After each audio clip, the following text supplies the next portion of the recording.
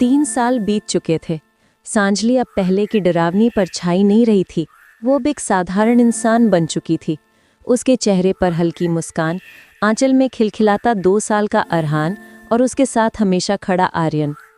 तीनों की छोटी सी दुनिया जंगल के किनारे एक मिट्टी के घर में बस गई थी। सुबह आर्यन लकड़ियां लाता, सांजली चूल्हे पर रोटियां सेकती और छोटा अरहान लड़खड़ाते पैर लेकर आर्यन के पीछे पीछे भागता। बाबा पकड़ो पकड़ो, सांजली मुस्कुराकर देखती। कभी लगता नहीं कि मैं वही हूँ जो अंधेरों में खो गई थी, आर्यन ने कहा। तुम हमेशा से इंसान थी, बस दुनिया ने तुम्हें गलत रूप दे दिया था। सब कुछ ठीक था, या उन्हें ऐसा लगता था। एक दिन अरहान आंगन में खेल रहा था, तभी उसने अचानक उंगली उठाई। माँ, वो काली बुआ आई हैं, हंस रही हैं। सांजली का चेहरा सफेद पड़ गया। आयन तुरंत बाहर निकला, पर वहां कुछ नहीं था, सिर्फ पेड़ों के बीच एक ठंडी हवा और धीमी फुसफुसाहट। मैं लौटी नहीं, मैं कभी गई ही नहीं। सांजली ने अरहान को गोद में उठा लिया, डरते हुए। आयन ने उसे शांत किया। कुछ नहीं होगा, तुम दोनों मेरी अमानत हो। लेकिन रात को कमरे की खिड़की अपने आप खुल गई, पर इस बार सांजली डरकर पीछे नहीं हटी। उसने बच्चे को सीने से लगाकर कहा, मैं अब पिशाचिनी नहीं हूं, लेकिन मैं माँ हूं, और माँ अपने बच्चे को किसी से नहीं हारने देगी। आयन उसके पीछे खड़ा था।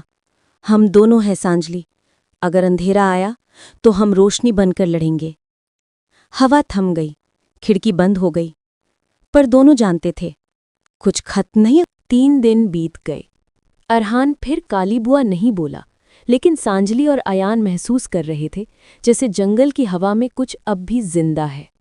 रात के समय कभी दरवाज़ा हिलता, कभी खिड़की पर खरोंचे सुनाई देती, और कभी अरहान के खिलौने अपने आप गिर जाते। सांजली समझ चुकी थी, साया जा नहीं रहा, बल्कि कमज़ोर होकर लौटने की कोशिश कर रहा है।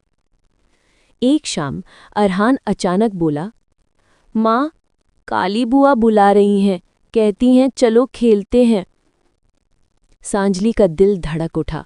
आयान ने अरहान को गोद में लेकर कहा, ये उसका आखिरी दांव है।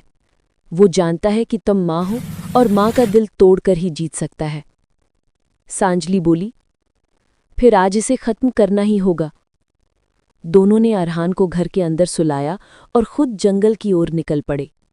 जंगल में कदम रखते ही हवा बर्फ जैसी ठंडी हो गई। पेड़ किसी अंधेरे जीव की तरह करवट लेने लगे और उनके बीच काला साया धीरे धीरे एक आकार में बदलने लगा।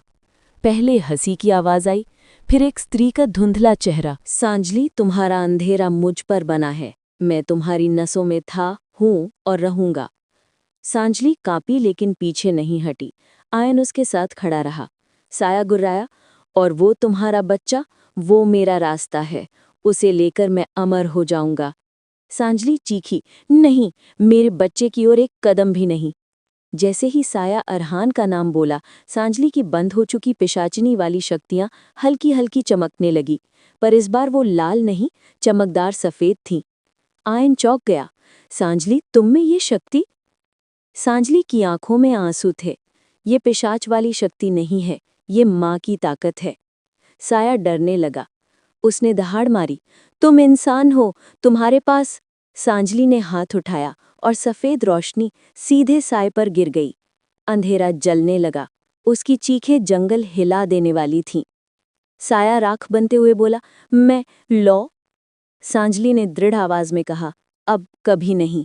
रोशनी की एक तेज लहर जंगल में फैली और साया धुएं की तरह मिट गया। जंगल शांत हो गया। हवा हल्की और गर्म हो गई। आयन ने सांजली को गले से लगाया। ये खत्म हो गया, हमेशा के लिए। सांजली के गाल पर आंसू थे। अब हमारा अरहान आज़ाद है। अगली सुबह उनका घर पहले से ज्यादा उजला लग रहा था। अरहान हंसते हुए बोला, माँ, आज सूरज मुस्कुरा रहा है। आयन ने सांजली का हाथ थामा। अब कोई साया नहीं, अब बस हम तीनों, हमारी रोशनी। तीनों ने मिलकर आंगन में दौड़ लगाई। हवा में अब डर नहीं था, सिर्फ परिवार की खुशबू थी। काला साया अब कभी नहीं लौटने वाला था।